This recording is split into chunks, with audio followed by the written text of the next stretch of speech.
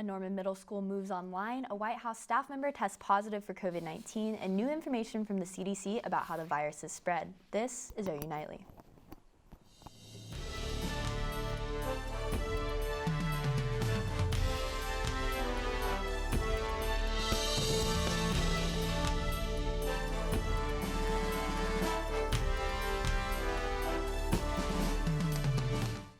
Thanks for watching OU Nightly. I'm Kelsey Hovanetz. And I'm Maddison Lewis. We begin tonight with the death of an OU student. Blake Burgess, a junior from Edmond, Oklahoma, passed away on Sunday. His fraternity pledge class at Sigma Phi Epsilon has launched a GoFundMe account to assist with his family's expenses. We know Blake had been in the hospital for several days after falling ill. OU's Media Relations Department confirmed a death in the OU community to OU Nightly, and in a statement said that counseling is available for students affected. A cause of death has not been released by the family or medical team. And President Trump tweeted earlier today that he'll leave the hospital at 5:30 Oklahoma time tonight. He was transported to Walter Reed Hospital Friday night, where he was given an experimental antibiotic cocktail after testing positive for COVID-19. Medical staff say that his situation has improved and that he is approved to return to the White House. Though he may not entirely be out of the woods yet, the team and I agree that all our evaluations, and most importantly, his clinical status, support the president's safe return home. That he feels better than he did 20 years ago.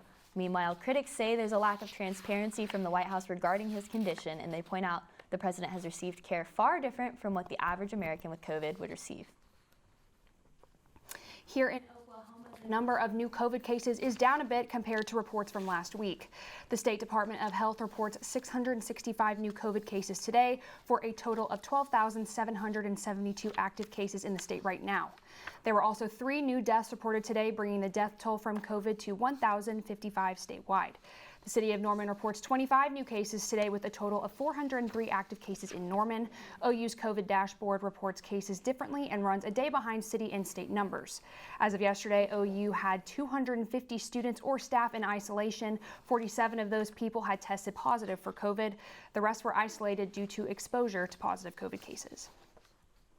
Another member of the White House staff has tested positive for COVID-19. Kaitlyn Deggs has that story and the rest of the headlines from around the world. Kaitlyn. Thank you, Maddison. The White House Press Secretary Kaleigh has tested positive for COVID-19. This makes McEnany the latest senior White House official to contract the virus.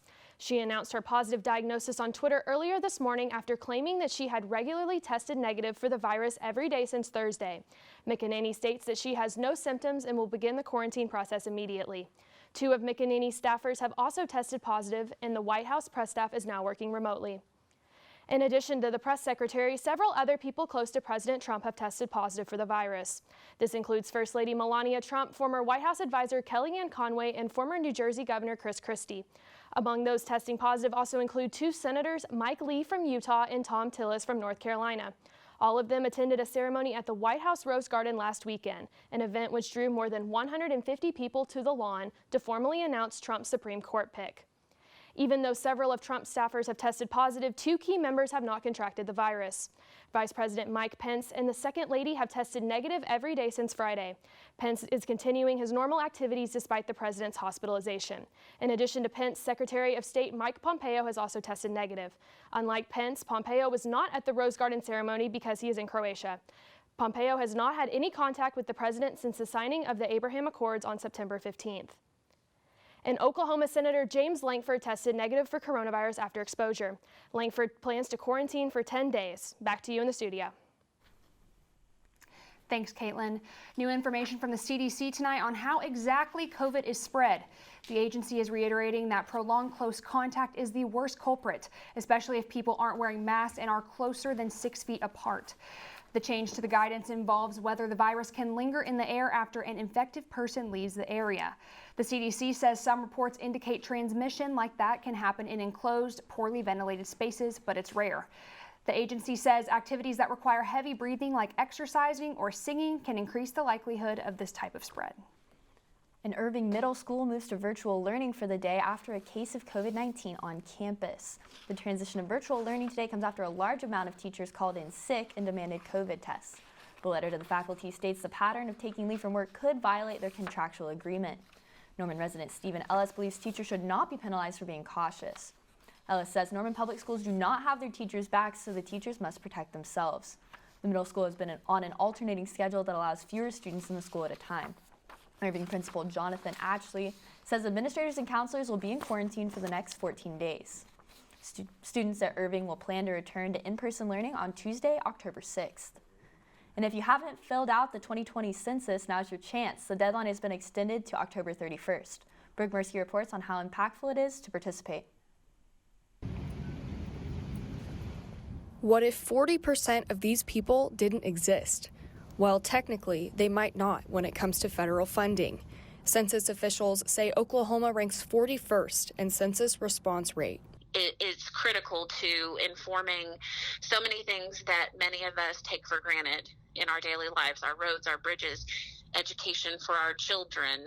And one less person counted means years of less federal funding. Every person that isn't counted represents about $1,675 per year in federal funding for the next 10 years. This census form right here includes several questions about the people in your household and only takes about 10 minutes to complete.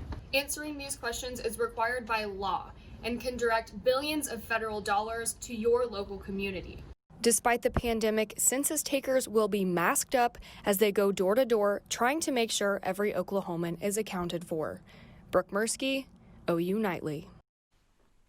Until the end of the month, you can fill out a form by mailing over the phone or online at my2020census.gov. And Kelsey, it's really been feeling like fall recently. Yeah, I've gotten pretty used to throwing on a jacket on the way to class. Mikayla, is the cool weather going to stick around for us? It's been a beautiful day today across the state. I mean, it's been gorgeous outside. If you haven't been able to go outside and enjoy this weather, I honestly recommend going outside because we're going to start a warming trend. It's going to start tomorrow and continue over the next few days. You can see our current temperatures across the state. We're at 76 here in Norman, 89 over there in Guyman. So it's a bit warmer there than it is here, but otherwise it feels so nice, so like fall. And I have more coming up for you guys. Tropics are breaking records again, warm up ahead, and pumpkin patch. Back to you guys. Thanks, Mikayla. And coming up, Governor Stitt announces a new program that aims to help the youth of Oklahoma who are facing hardships. And Jeff Bezos is in some hot water with his employees. Stay with us.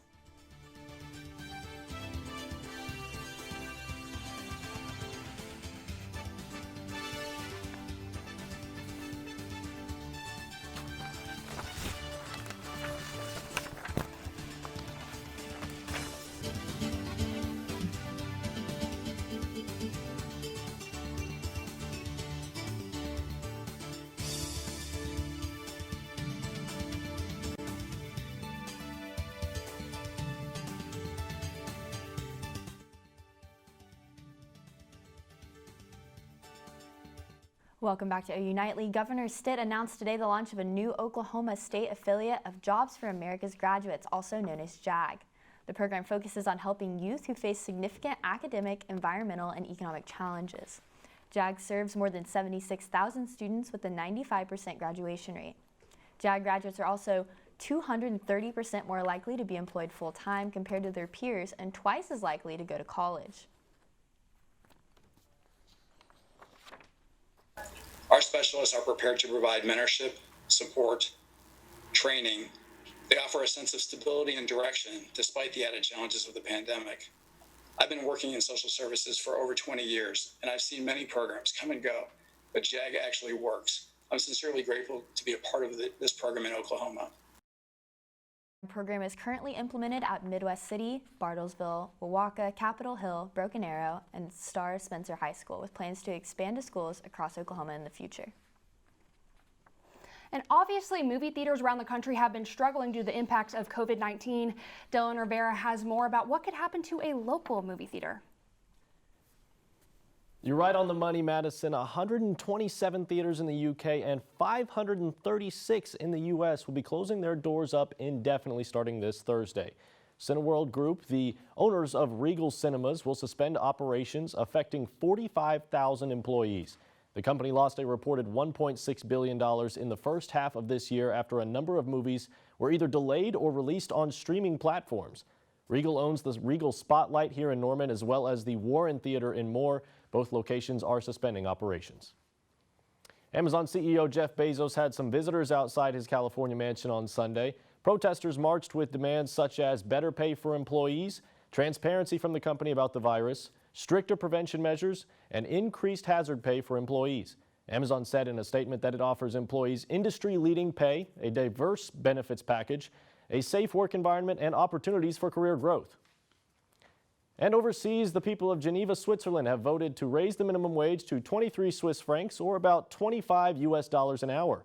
Around 58% of voters supported the wage increase after the pandemic changed many citizens' working conditions and job opportunities. Geneva is one of the most expensive cities in the world, according to CNN Travel, and the pay increase will take effect sometime before the end of the year. And we've seen the Travis Scott meal from McDonald's, but starting November 1st, customers can order the J Balvin meal. The Latin pop star's meal includes a Big Mac, medium fries, and an Oreo McFlurry. Maddison, back to you. Thanks, Dylan. And phase 3 of construction on this Norman Park is finally complete. We'll have more on that when we return. And if you're planning a trip to the pumpkin patch this weekend, Mikayla has a sneak peek at that forecast. Yeah, don't let the warm week ahead keep you away from going and visiting anything fall related. I have a pumpkin patch forecast for you coming up shortly.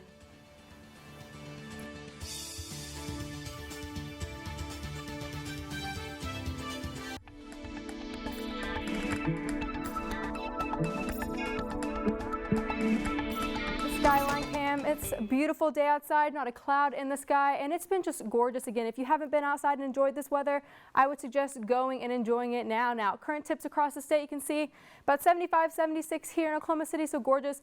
Almost touching 90 out here in the Panhandle though, so it's a bit warmer over there, but otherwise the rest of the state is sitting pretty comfortably. Now tonight it's going to be a bit chilly, not too horrible in the lower 50s and the 40s, but don't expect that to stay around for long.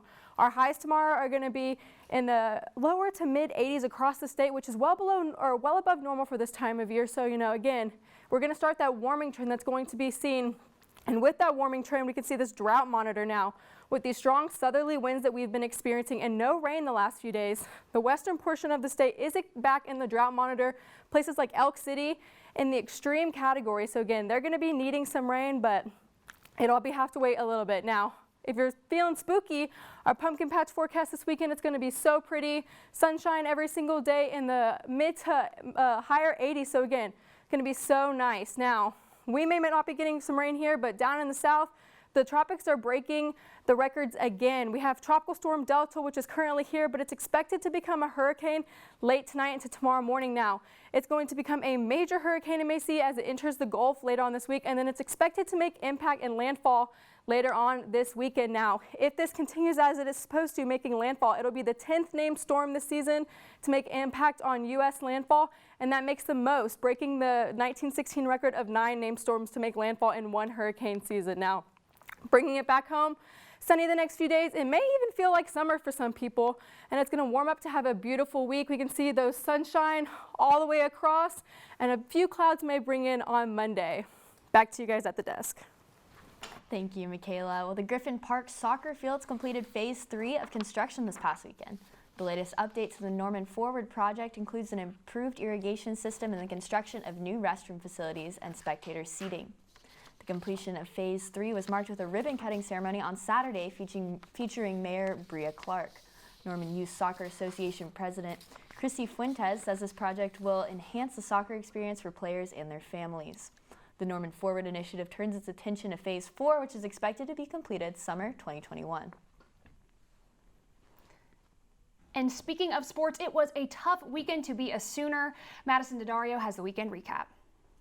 The Sooners took yet another L this weekend leading up to their annual trip in Dallas. But Jimmy Butler and the Miami Heat decided to jump on the winning train last night, taking down the Lakers. Don't go anywhere, sports is next.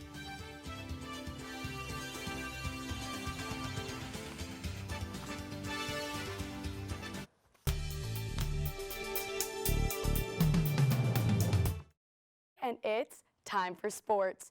It's OU Texas weekend, it's OU Texas week, but things are feeling a little bit different than in years past. After last week's loss, I won't make you suffer through any more highlights, but OU Nightly's Sydney Bollier has the wrap on what went down in Ames this past weekend. Home in Norman following what was a historic win for the Iowa State Cyclones and a devastating back-to-back loss for the Oklahoma Sooners. The final score in Ames was 37-30, Iowa State clinching their first home win against the Sooners since 1960. Even though OU was off to a good start and had a chip on their shoulder from last week, a first-half lead proved not sufficient enough again to close out the fourth quarter. Following the game, defensive coordinator Alex Grinch commented on what it's going to take to get the Sooners back on track. Yeah, what's next? You throw work at it. You throw work at it. So much of any issue that we have, it's simple, but it's not easy. The fix is right there in front of us. Every tackle that was missed tonight is one that has to be made. There's not anything we can do in football that doesn't include finishing a football play. This back-to-back conference loss puts the pressure on the Sooners for this week's Red River Showdown against Texas. Sydney Bollier, OU Nightly. And now that it's Texas week, some good news on the COVID front. Last week, 803 Sooner student athletes and athletic staff members were tested with only one positive result. Only 2 Sooner student athletes are currently battling the virus. The New England Patriots have finally arrived in Kansas City after the Chiefs-Patriots game got postponed from Sunday evening. Multiple athletes, including Patriots starting quarterback Cam Newton, tested positive for COVID-19 prior to the game. After overnight testing with every player traveling testing negative, the game will take place this evening at 6:05. The Cowboys were back in Dallas this weekend taking on the Browns. Baker Mayfield and the Browns led at half 31-14 after a stellar trick play by Baker and Jarvis Landry with Odell Beckham Jr. taking it into the end zone. Trailing by 27 in the fourth quarter, Dak Prescott and his offense were able to answer with 24 points to pull within a field goal. But the Browns squashed the comeback when Beckham took the reverse 73 yards for the clinching score. The Cowboys couldn't finish, falling to the Browns 49-38. Many had the Lakers sweeping the Heat in 4 during the finals, but not if Jimmy Butler has anything to say about it. Last night, the Heat and Lakers played Game 3, and Butler absolutely turned it on. Earning his first triple-double of the NBA Finals, Butler led his team to a 115-104 win. The Lakers now lead 2-1 in the series and will be playing tomorrow for Game 4. And the MLB bubble is underway starting today. The postseason is kicking off with the A's taking on the Astros, followed by the Yankees versus Rays. And back to football for the catch of the day featuring Clemson DB Andrew Booth. Booth had a killer one-handed interception in the end zone against Virginia this Saturday that had him looking like OBJ circa 2014. That's all I have for sports. Back to you guys. Wow. Thanks, Maddie. Well, October is off to a promising start. Find out how these Wisconsin locals celebrated the start of spooky season straight ahead on OU Nightly.